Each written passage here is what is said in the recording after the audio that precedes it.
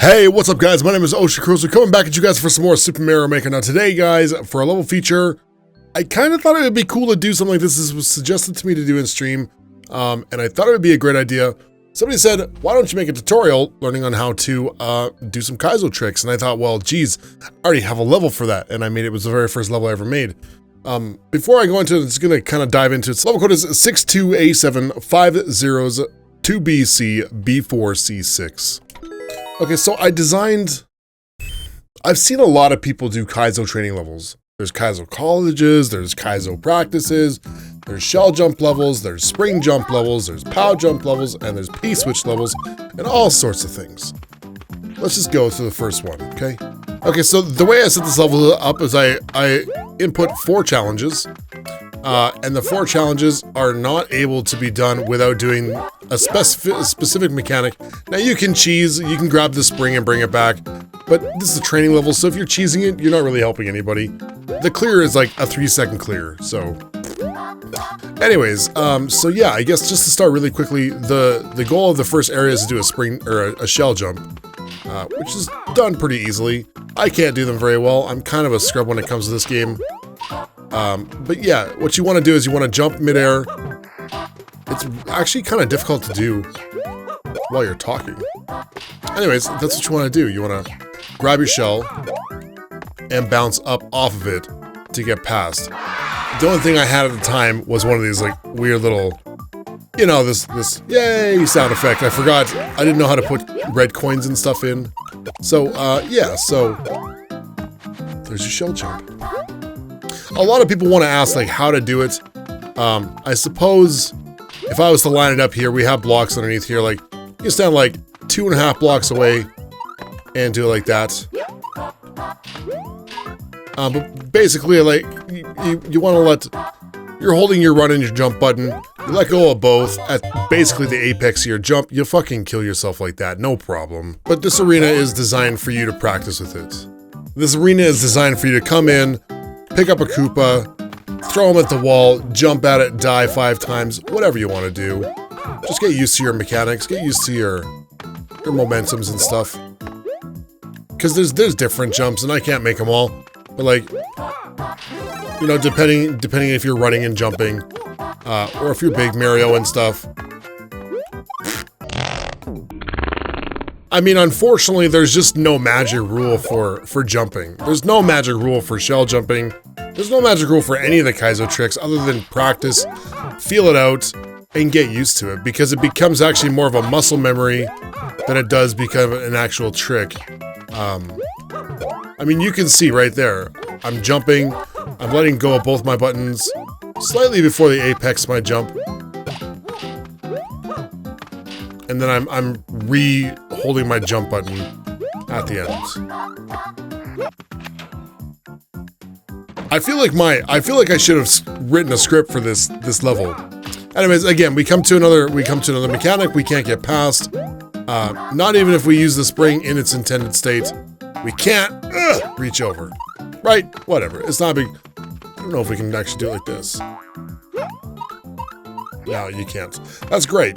So what you have to do now is you have to do the spring jump mechanic. Same kind of thing. You're running, you're holding your grab button, you jump, you want to hold both your buttons to keep your Mario in the air, and then eventually you want to drop the spring midair and make it bounce. So the mechanic that I use to do it is, again, slightly before the apex of your jump, but there's a whole lot of frames available for spring jumps. You know, there's not just one. There's not just like one set of spring jumps that are available. There's max height spring jumps. There's you know, there's a shorter spring jump. There's all sorts. It's never just like that simple. Again, but it comes down to more like. It comes down to less the timing of when you drop it and more the finger work to drop it. So you're holding both your buttons, you let go of both of them while you're holding down, because if you let go of them, Mario will throw it. So if you're holding down in the air, Mario will drop it. And then he'll bounce on the spring, but now you just need to jump one more time to initiate that jump. There you go. Now again, like I said, you can grab the spring and you can come into the Pow-Drop room, and yes, you can cheese it. Congratulations, you cheated the fucking level. Nobody cares. It's not what it's designed for. This mechanic is called a Pow-Drop, and the Pow-Drop is when midair, you do the same mechanic. You do this thing here, where you drop it and you get ready to jump, but you can't do it midair. Not like with the springs and the P-switches and the shells. And the shell midair is a completely different story, which we don't cover in this level. So in order for us to do this here with the Pow, we actually need to drop it against the wall. And personally for me, Pow-Drops are probably one of the worst mechanics for me to practice. I really don't do well with these. Because you need to... You need to just drop it perfect so that it hits the wall, kind of stops, Mario lands on it, and then you're gonna jump immediately. It's my least favorite kind of Kaizo, basic Kaizo practice. Oh, missed it. I suppose I should iterate that the inputs are basically the same. Apex your jump. It's not even the apex your jump, it's just like when you let go and the timing in between you let go of the run, the grab button and the jump button to drop. Now for the Pow-Drops, I have found it's a little bit easier to use I kind of roll my thumb, I let my thumb go whoop, instead of just both off at the same time, kind of let it roll off. And then finally I built this level so you can practice your P-switch jumps too. So a regular P-switch jump is when you jump on the P-switch and Mario doesn't touch the ground. So this is used for when there's spikes underneath Mario. You know, when the P-switch is laid on spikes and you need to keep going. You can spin jump, you can regular jump. I just made a level actually recently where you have to spin jump off a P-switch. But you can also do this midair too, and it's also very tricky. Same mechanics, but now you're just trying to hit the frames for the P-switch midair. So again, apex your jump, let go of both your buttons, and then just get ready to do your jump. I end up pushing both my buttons, you know, so I get the run speed. But yeah, these aren't so bad once you get used to them, once you practice a lot. So one thing I did with this level though, one thing that was really important for me when I did this level was that like,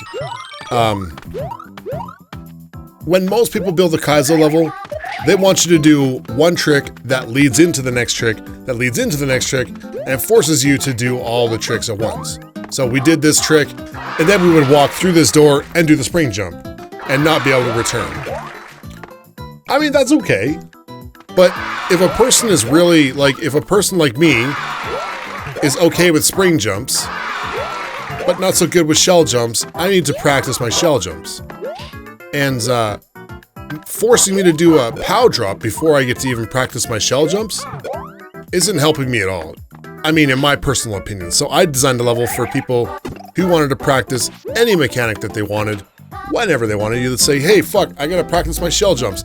Load it up, go to shell jumps. Oh, you know what? I think I mastered my shell jumps. I don't want to do those anymore for a while. Let's try our P-switch jumps, right? But I don't want to do one level. I don't want to do a level where I do one P-switch jump and then I'm forced to do the Pow-Drop, time out, and have to do my shit all over again. Or have some death mechanic in the level that penalizes me for failure and have to practice the shell jump and the P-switch jump all over again. Just not what I like to see. Just not what I'm thinking of in a level, right? So, that's kind of it. This is a very short level. This is a very short video as well.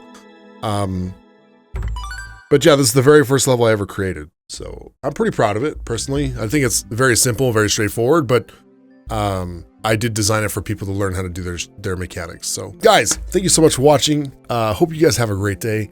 And I hope you guys learned something from this. Check it out. Check the course out. 62A750 2BC B4C6. Maybe you learned something. Maybe you get to practice a shell level or something, or you get to practice a Kaizo mechanic or something. Who knows? Thank you so much for watching. Have a great day. And I'll see you next time. Bye-bye.